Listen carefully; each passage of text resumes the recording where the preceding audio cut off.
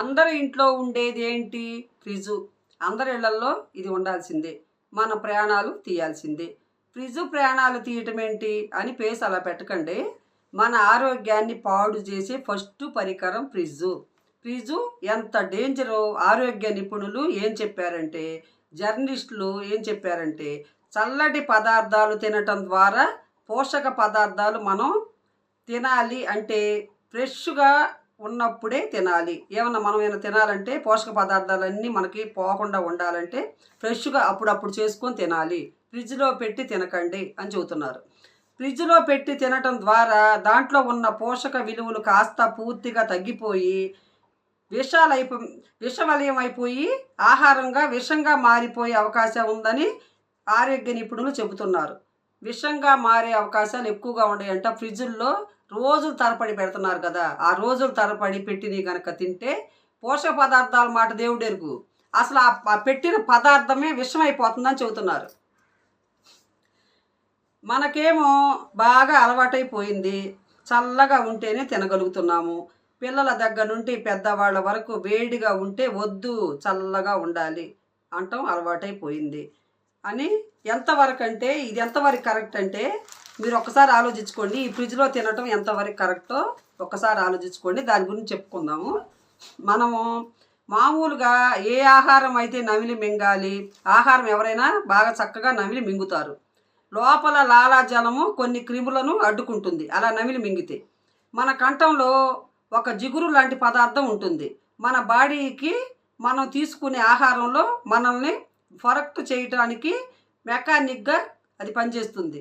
కల్తీ యూస్ఫుల్ మనము ఫ్రిడ్జ్లో పెట్టిన ఆహారం తీసుకుంటే అది కల్తీ అయిపోయినప్పుడు ఆ చల్లని పదార్థంలో నోట్లోకి వెళ్ళగానే అక్కడ అంతా మొద్దుబారిపోతుంది. ఫ్రిడ్జ్లో ఈ తీసిన తరువాత రూమ్ టెంపరేచర్లోకి వచ్చిన తర్వాతే తీసుకోవటం చాలా మంచిది. అంటే కొద్ది ఆ చల్లదనం పూర్తిగా పోవాలి. కామన్గా ఎంత అలవాటైందంటే ఫ్రిడ్జు మనకి లేకపోతే పక్కింటి వాళ్ళనైనా అడిగి మరీ పెట్టుకుంటున్నారు. ఫ్రిడ్జుల్లో వాటర్ బాటిల్స్ అని పాలని అవని ఇవని చాలా పెట్టుకుంటున్నారు. మనకి లేదులే అని చెప్పి కూడా ఊరుకోరు, పక్కింటి వాళ్ళకైనా ఇస్తారు. కాఫీ ఎక్కువగా చిన్న పూరి గుడిసెలో కూడా ఫ్రిడ్జ్లు ఉంటున్నాయి. ఇప్పుడు బీరువాకి ఫ్రిడ్జ్కి పెద్ద తేడా లేదు. బీరువా అంత ఉంటుంది ఫ్రిడ్జు.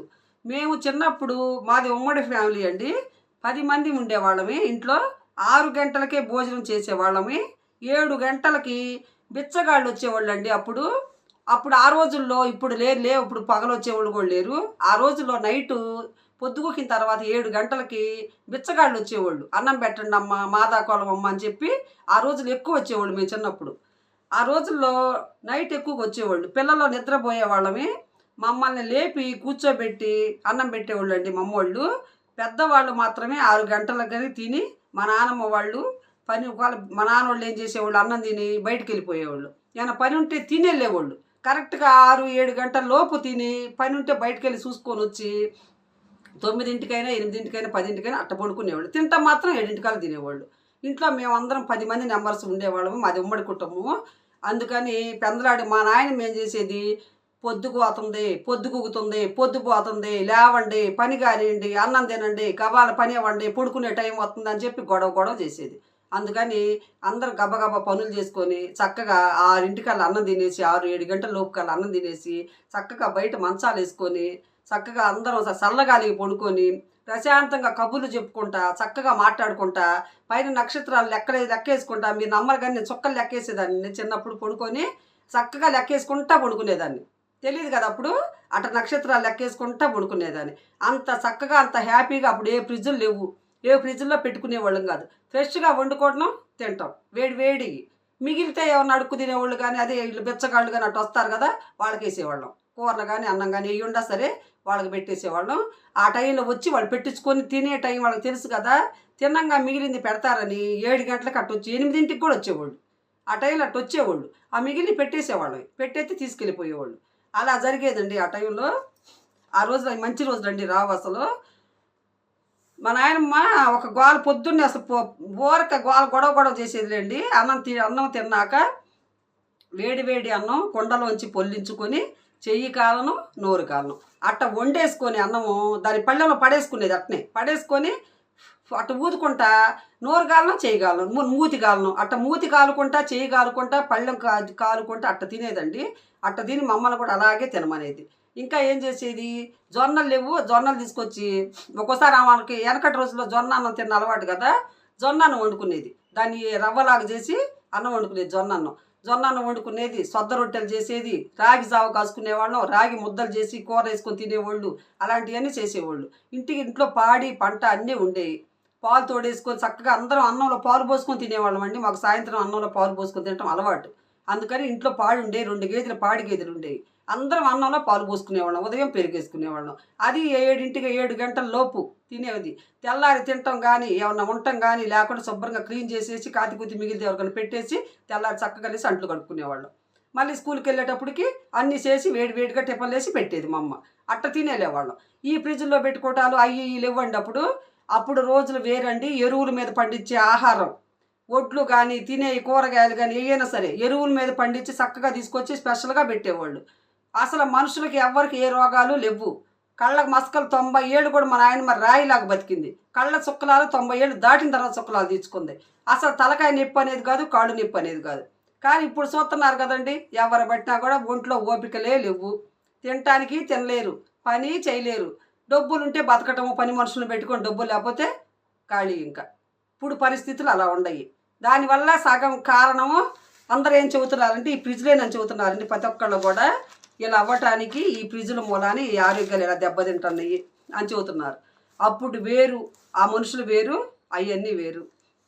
కానీ ఇప్పుడుకు ఒక గుమ్మడికాయ తీసుకొచ్చేదండి, పెద్ద గుమ్మడికాయ ఒకటి తీసుకొచ్చేది. ఆ పెద్ద గుమ్మడికాయలు ఉంటాయి చూడండి, ఇళ్ళకి దిష్టి తీసి పగలు కొడతారే, అలాంటి గుమ్మడికాయ తీసుకొచ్చి ఆ గుమ్మడికాయ పెద్ద ముక్కలు కోసి అది కొద్దిగా దాని మీద బెల్లం మెత్తగా నలగొట్టేసి ఏమైనా సట్టిలో కానీ గిన్నెలో కానీ వేసి పెట్టి ఇట్లా ఎగరేసేది. ఎగరెత్తే ఆవిరికి లేదు, ఆ బెల్లం అంతా ముక్కలకు పట్టేసి చక్కగా స్వీటుగా కేకుల్లాగా తయారయ్యి ఆ ముక్కలు తీసుకొని తినేవాళ్ళం. అట్లా ఎప్పుడు గుమ్మడికాయలు తీసుకొచ్చేది. గుమ్మడికాయలు తీసుకొచ్చి కోసి ముక్కలు చేసుకొని చక్కగా తిని మాకు పెట్టేది. అలాంటి ఆరోగ్యకరమైనవి తిన్నామండి ఆ రోజుల్లో. ఆ రోజు అలా ఏమైనా ఉన్నాం. కానీ ఇది లేవండి, రోగాలు నొప్పులు లేవు, ఏం లేదు. వేడి భోజనం తినేవాళ్ళు, నిల్వ చేసుకోవటం ఉండేవి కాదు. కాతే ఎన్నపోస పాడి ఉండేది కదా మాకు. మా నాయన ఏం చేసేదంటే పెద్ద కవ్వం పెట్టి మజ్జిగ చేసి ఎన్నపోస శుద్ధలు చేసి పక్కన ఒక గిన్నెలో పెట్టి దాంట్లో కొద్దిగా మజ్జిగేసి పక్కన పెట్టేది. ఆ ఎన్నపోస కొనేవాళ్ళు వచ్చేవాళ్ళు, మేము కరగబెట్టుకొని మేము వేసుకునేవాళ్ళము. ఇంకా మిగిలేదు చాలా, మరింత ఎన్నపోస శుద్ధలు వచ్చేది. సవాసేరు, అర్ధసేరు అట్టనేవాళ్ళు అండి. అప్పుడు పావో ఏందో అనేవాళ్ళు, పావు సేరు అట్టనేవాళ్ళు. అమ్మేది వాళ్ళకి. అట్ట ఈసి అని అట్ట రాళ్ళు పెద్ద రాళ్లతో వాళ్ళు ఇంటికి వచ్చి పెద్ద టిఫిన్లు తీసుకొని వచ్చి ఆడవాళ్ళు వచ్చి ఆ ఎన్నపోస కొనుక్కొని వెళ్ళిపోయేవాళ్ళు, కాటాలు వేసుకొని తీసుకొని వెళ్ళిపోయేవాళ్ళు. ఎంతకు అమ్మేవాళ్ళు. అప్పుడు అట్ట శుద్ధలు ఎన్నపోస అమ్మేది. మేము కరగబెట్టుకునే వాళ్ళము.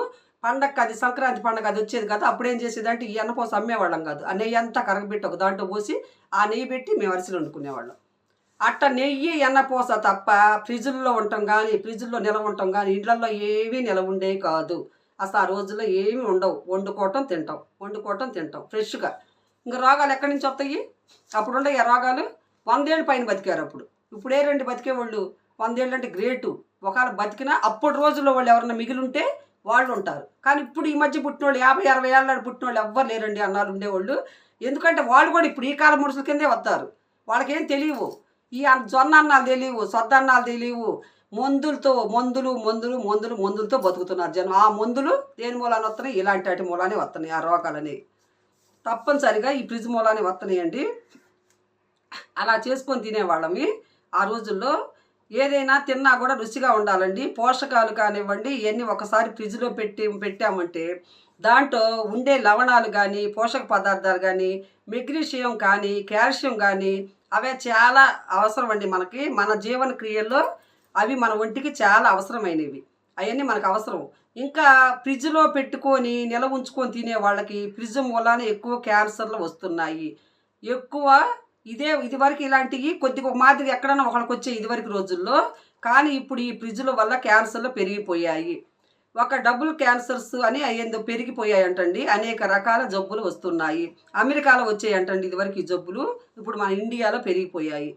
ఫ్రిడ్జ్లో నాన్ వెజ్, చికెను, మటను, చేపలు ఇలాంటివి ఎన్ని రోజుల వరకు ఉంటాయంటే 3 రోజుల కంటే ఎక్కువ ఉండకూడదు. కాకపోతే ఇంకొక రోజు ఎంతవరకు ఎలాంటి ఫుడ్ తగ్గిస్తేనే, ఇలాంటి ఫుడ్లు ఫ్రిడ్జ్లో పెట్టుకొని నాన్ వెజ్లు కానీ అయ్యని ఇలాంటి ఫుడ్లు తగ్గించుకుంటేనే కొన్నాళ్ళు బతకగలుగుతాము.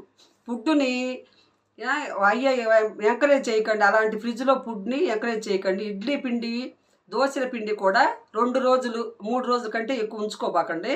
అవి ఉంచకూడదు అన్ని రోజులు. వారం రోజులు ఉంచకండి. వారం రోజుల దాకా పిండి వేసి పెట్టి కదలకుండా క్యానుల్లో పెట్టి రోజు అదే ఫుడ్, రోజు అదే టిఫను అట్టేసుకొని వారం రోజులు తింటున్నారు. కానీ అలా తినకండి. మళ్ళీ మిగిలింది కూడా ఏం చేస్తారు, సాయంత్రం పూట అదే పిండి పెట్టి మళ్ళీ పునుగులు వేసుకొని తింటారు. ఆ సలట ఇది ఇస్తాం, ఈ వేడి చేసుకోవటం తింటాం. ఏముంటాయి నా బంధ దాంట్లో? ఏమైనా ఉంటాయా? ఒట్టి చెత్త తిండి. ఆ ఫ్రిడ్జ్లో పెట్టుకొని వేడి చేసుకోవటం తింటాం, వేడి చేసుకోవటం తింటాం, వారం రోజులు తింటాం. ఈ కరెంటు మొత్తం దాంట్లోకి, దానివల్ల అంత మొత్తం మన కడుపులోకి వెళ్ళటం, అనేక రోగాలు రావటం. ఇది ఈ ఫ్రిడ్జ్ వల్ల మనకు కలిగే నష్టాలు. ఏంటంటే మన ఫ్రిడ్జ్ని కానీ తెచ్చుకుంటుంది మన ఇంటికి, మన మరణాన్ని తెచ్చుకుంటున్నాం ఇంటికి. ఆ సంగతి తెలియటం ఎవరికి. అది తెలుసుకున్న రోజు బ్రహ్మాండంగా పిల్లలు పుట్టి కాబట్టి జాగ్రత్తలు పడితే ఆ రోగాలు రాకుండా బాగా బతకగలుగుతారు. ఇంకా మిగిలేది పునుగులు వేస్తారు. ఫ్రిడ్జు ఒక స్టోర్ రూమ్ లాగా వాడుకుంటున్నారండి. ఏదైనా సరే దాని అవసరం ఎంతవరకు ఉంటో అంతవరకే వాడండి. దాన్ని అట్ట పడితే అట్ట వాడకండి. పాలకో, కూరగాయలకో, పువ్వులు దాచుకోవటానికో అలాంటివి అట్ట వాడుకోండి. కానీ సరుకులన్నీ పెట్టుకోవడానికి, ఉప్పు పప్పులు పెట్టుకోవడానికి, పచ్చళ్ళు పెట్టుకోవడానికి, మొత్తం ఎక్కడెక్కడైనా తీసుకొచ్చి ఫ్రిడ్జ్లో తోపేయటానికి అలాంటి అడిగి ఫ్రిడ్జ్ను వాడకండి. అది స్టోర్ రూమ్ లాగా చేయబాకండి. స్టోర్ రూమ్ లాగా కనుక తీశారంటే మీరు అసలు పనికి రాకుండా పోతారండి. దాంట్లో పోషకాలు ఉండవండి. ఇలాంటివి పెట్టుకోకుండా ఉంటే పోషకాలు మొత్తం ఉంటాయి. 2 రోజులు ఫ్రిడ్జ్లో పెడతారు.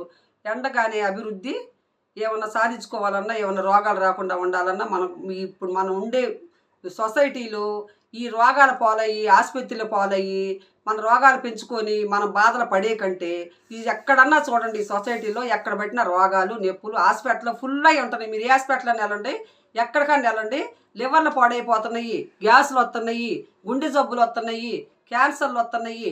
మనకు లోపల ఉండాల్సిన పోషక పదార్థాలు అన్నీ పోతున్నాయి. రోగ నిరోధక శక్తి పూర్తిగా పోయింది. ఇవన్నీ కేవలం 100కి 99 పాళ్ళు ఫ్రిడ్జ్ మూలానే చెబుతున్నారు ఆరోగ్య నిపుణులు. కాబట్టి ఫ్రిడ్జ్ని ఎంతవరకు వాడాలో అంతవరకే వాడుకోండి. ఎక్కువ వాడకండి. దానికి బలైపోబాకండి. అన్నానని అనుకోవద్దు. ఫ్రిడ్జ్ని తీసి పారేయమని అంటలేదు. ఎంతవరకు అంతవరకే వాడుకోండి. అంతవరకు వాడుకొని చేసుకోండి. రోగ నిరోధక శక్తి పూర్తిగా తగ్గిపోతుందండి. గుండె జబ్బులు, లివర్ జబ్బులు పెరుగుతున్నాయి. చాలామంది బిజీగా ఉంటానని, ఖాళీగా ఉంటామని అంటున్నారు కానీ టైం లేదు అంటున్నారు. కానీ చాలా వరకు సోషల్ మీడియా చూస్తున్నారండి. ఫోన్లు వదిలిపెట్టరు. టైం లేదు అంటారు. కూల్ డ్రింక్స్, ఐస్ క్రీమ్స్ ఇవన్నీ మొత్తం ఒకటి కాదండి. మనకి పనికి వచ్చే క్యాలరీలు అన్నీ లేకుండా ఉంటాయండి. అవి కనుక దాంట్లో పెట్టుకొని తింటే అవన్నీ తింటున్నారు. సిస్టమ్ అంతా మన ఒంట్లో సిస్టమ్ అంతా పాడైపోతుందండి. దానివల్ల గ్యాస్ వస్తుంది, గ్యాస్ ప్రాబ్లం ఉంది, లివర్ ప్రాబ్లం ఉంది, అల్సర్లు వస్తున్నాయి. ఇవన్నీ మొత్తం ఈ ఫ్రిడ్జ్ మూలానే చెబుతున్నారు. కాబట్టి ఈ ఫ్రిడ్జ్ వాడటం తగ్గించుకోండి. అభివృద్ధి లేకుండా మొత్తం ఎక్కడ పడితే అక్కడ పనికి రాకుండా ఈ ఫ్రిడ్జ్ మూలాన రోగాల పాలు అయిపోతున్నారు, రోగాలు పెంచుకుంటున్నారు. మన పూర్వీకులు తినే ఆహారాన్ని తినండి. మన పూర్వీకులు ఏమేమి తిన్నారో బాగా ఫ్రెష్గా చేసుకొని అవి అలవాటు చేసుకోండి. ముందుగానే వండుకొని ఒక కూర వండుకొని వారం రోజులు దాచుకొని ఫ్రిడ్జ్లో పెట్టి మా అమ్మాయికి ఆ కూర అంటే ఇష్టం, ఈ కూర అంటే ఇష్టం అంటాము.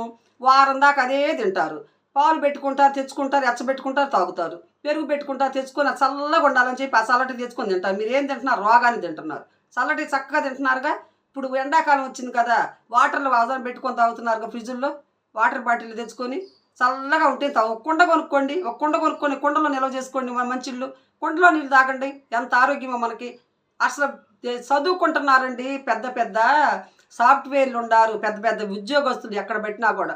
కానీ ఇంతమంది ఉండా కూడా బాధపడాల్సిన విషయం ఏంటంటే ఏది మంచో ఏదో చెడు తెలియకుండా అప్పుడు చక్కగా మనకు నచ్చినట్టు తినడానికి అలవాటు పడ్డారు. కానీ దానివల్ల మనం రోగాలు పాలైపోతున్నామే, మన జీవితం నాశనం అయిపోతుంది. మనం 100 ఏళ్ళు బతకాల్సిన వాళ్ళు 50 ఏళ్ళకే పోతున్నారని చెప్పి మన ఆయుష్ సగానికి సగం తగ్గిపోతుంది. కేవలం ఫ్రిడ్జ్ మూలాన మన రోగాలకి ముఖ్యమైన కారణం ఫ్రిడ్జు. ఒక్కసారి ఆలోచించుకోండి. అన్నానని కాదు, దాన్ని ఎంతవరకు కోడలు అంతవరకే వాడుకోండి. దానివల్ల ఇంకా ఉండయండి, చెప్పాలంటే చాలా ఉన్నాయి. టైం ఎక్కువైపోతుంది. చెప్పాలంటే ఇంకా చాలా ఉన్నాయి. ఏమేమి చెప్పాయి, దానివల్ల ఎన్ని నష్టాలో మీ అందరూ ఒక్కసారి ఆలోచించుకొని దాన్ని తగ్గించడం మానుకొని ఫ్రెష్గా చేసుకొని తినండి. ఫ్రిడ్జ్లో పెట్టి వాడకండి. వారాలు పెట్టబాకండి. సాధ్యమైనంత వరకు ఫ్రిడ్జ్ వాడకం తగ్గించండి. బాయ్.